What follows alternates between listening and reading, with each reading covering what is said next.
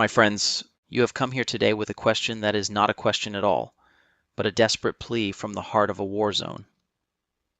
You ask, with the trembling voice of a soldier pinned down by enemy fire, how do I control my emotions around a narcissist?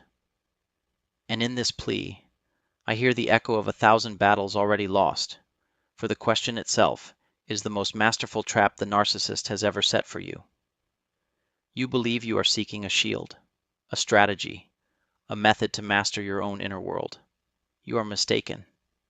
You are asking for instructions on how to become a better, more efficient puppet. You are asking for the secret to arranging the furniture inside your own prison cell, to make it more comfortable. The very desire to control your emotions is the narcissist's final, most profound victory. It is the proof that they have not only colonized your outer life, but have successfully instigated a civil war within your very soul, where you have become your own warden, your own torturer, your own enemy. They sit back and watch with the detached amusement of a cruel god as you exhaust your life force not in fighting them, but in fighting the very reactions they have so skillfully and deliberately engineered within you. You are not meant to control your emotions. You are meant to understand that these emotions are not, in the truest sense, even yours.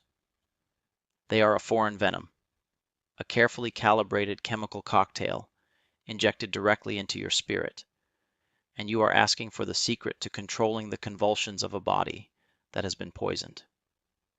The path to freedom is not through control. It is through a brutal, merciless, and liberating act of radical observation that will render their poison inert. Let us perform a cold, meticulous autopsy on these feelings you are trying so desperately to wrestle into submission. You feel a surge of white-hot rage, a fury so intense it frightens you. You try to control it, to stuff it down, believing it is a flaw in your character. You are wrong. This rage is not your flaw. It is the last, sane, and healthy part of your soul, screaming in protest against a profoundly insane reality. It is the cry of your spirit against the constant, soul-crushing injustice of their gaslighting, their lies, their impossible double standards. The narcissist loves this rage. They provoke it. They feed on it. Your anger is a 5-star meal for their ego, for it is undeniable proof of their power to affect you, to shatter your peace, to make you lose control. Then there is the deep, sticky, suffocating blanket of guilt. You feel guilty for wanting to leave, for setting a boundary, for not being patient enough, for finally saying no. This guilt feels righteous. It feels real. It is a fraud.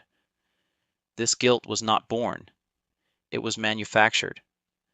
It was installed in you, piece by piece, every time you were made responsible for their happiness, every time their bad mood was your fault, every time you were cast as the savior of their tragic, wounded soul.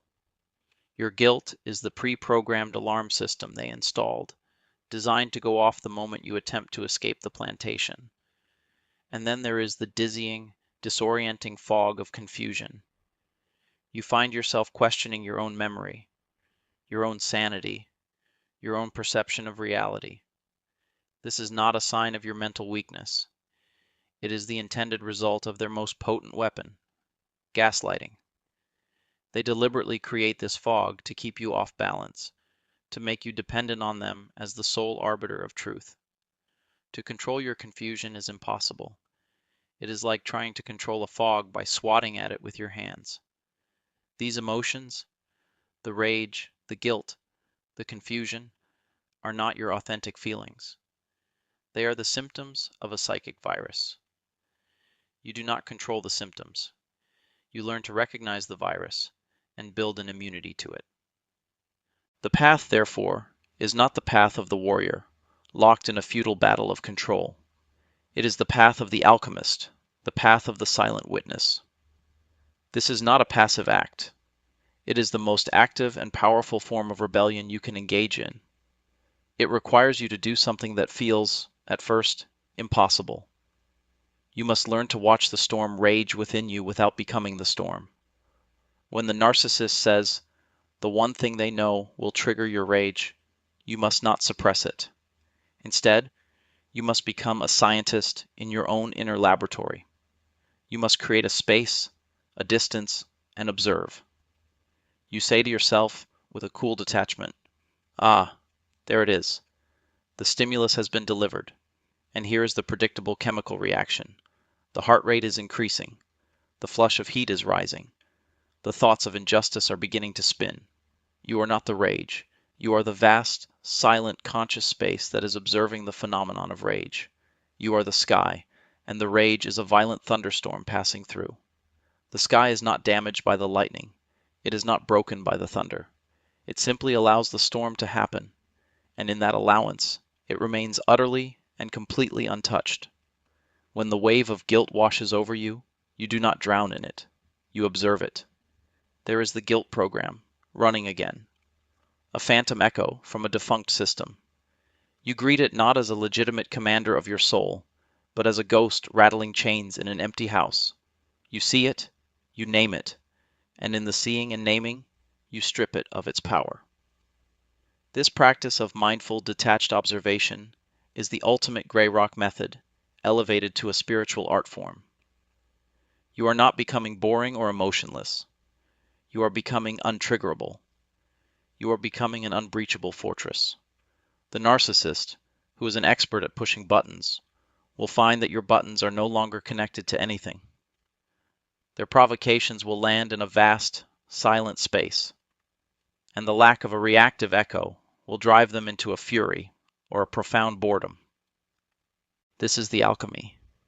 The energy that once fueled your rage, the energy that was consumed by your guilt, the energy that was scattered by your confusion, that very same energy, when it is no longer wasted in futile reactions, is reclaimed. It pools within you. It becomes a reservoir of immense personal power. This is the energy that will fuel your healing, your creativity, your joy, your departure. To control your emotions around a narcissist is impossible because you are trying to control their creation. The true path is to become so intimately aware of your own inner space that their creations can no longer find fertile ground in which to grow. You are not trying to control the weather. You are realizing that you are not the storm, but the sky. You are not trying to control the puppet's dance. You are realizing that you are not the puppet, but the silent observer who can finally see the strings. This is the ultimate power, the ultimate control.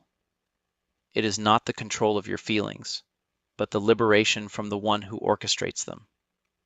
The narcissist, in their relentless cruelty, becomes your unwitting Zen master, your dark guru, who forces you to learn the single most important lesson of a lifetime, the lesson of radical conscious detachment.